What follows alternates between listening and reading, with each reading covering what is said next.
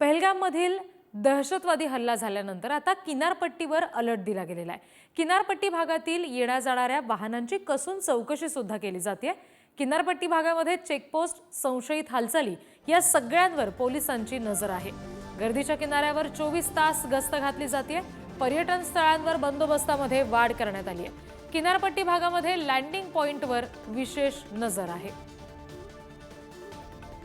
जागोजागी नाकाबंदी केली गेलेली आहे। पोलिसांचं सगळीकडे लक्ष आहे। एकंदरीत जी कुठली अशी ठिकाणं आहेत की ज्या ठिकाणी पर्यटन जास्त प्रमाणात आहे त्या ठिकाणी विशेष काळजी घेतली जाते। आणखी तपशील आपण घेणार आहोत। प्रतिनिधी सुशांत सावंत आपल्याशी जोडले गेलेले आहेत त्यांच्याकडून। सुशांत, किनारपट्टी भागामध्ये विशेष काळजी सध्या घेतली जाते असं समजते, काय नेमकं पोलिसांकडून सध्या पाऊल उचललं गेलं याबाबत? रिद्धी, आपण जर बघितलं असेल तर ज्यावेळी मुंबईवर आणि विशेषतः महाराष्ट्रात दहशतवादी हल्ले झाले त्यावेळी किनारपट्टीतून खरं तर दहशतवादी महाराष्ट्रात मुंबईत पोहोचलेले आहेत आणि त्याचमुळे महाराष्ट्र देखील आता अलर्ट झालेला आहे। राज्य सरकारने देखील एक खबरदारी घेतलेली आहे। मुंबई असेल, कोकणातील ज्या किनारपट्टी भाग आहेत जिथे समुद्र आहेत त्या ठिकाणी मोठ्या प्रमाणात सुरक्षा व्यवस्था देखील तैनात करण्यात आलेली आहे।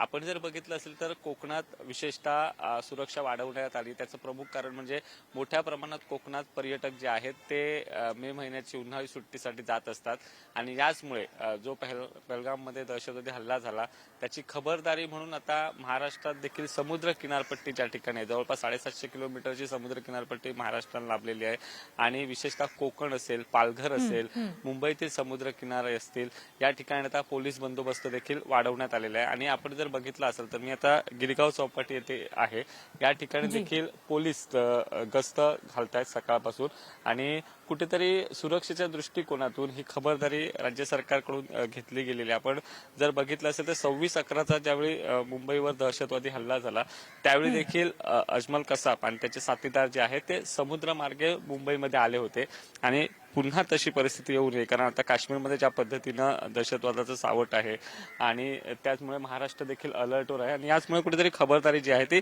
किनारपट्टी भागात घेण्यात आलेली आहे। कारण मोठ्या प्रमाणात पर्यटक जे आहेत ते किनारपट्टीवर फिरण्यासाठी येत असतात। विशेषतः आपण बघितलं असेल तर कोकणात सर्वात जास्त पर्यटक जे आहेत ते जातात। मग ते मालवणचा किल्ला असेल, किनारपट्टीचा जो परिसर आहे त्या ठिकाणी पर्यटक जात असतात आणि याचमुळे कुठेतरी सरकारनं आणि पोलीस यंत्रणांनी देखील खबरदारी घेतल्याचं आपल्याला पाहायला मिळतंय। रिद्धी जी, सुशांत, धन्यवाद दिलेल्या सगळ्या तपशिलांसाठी।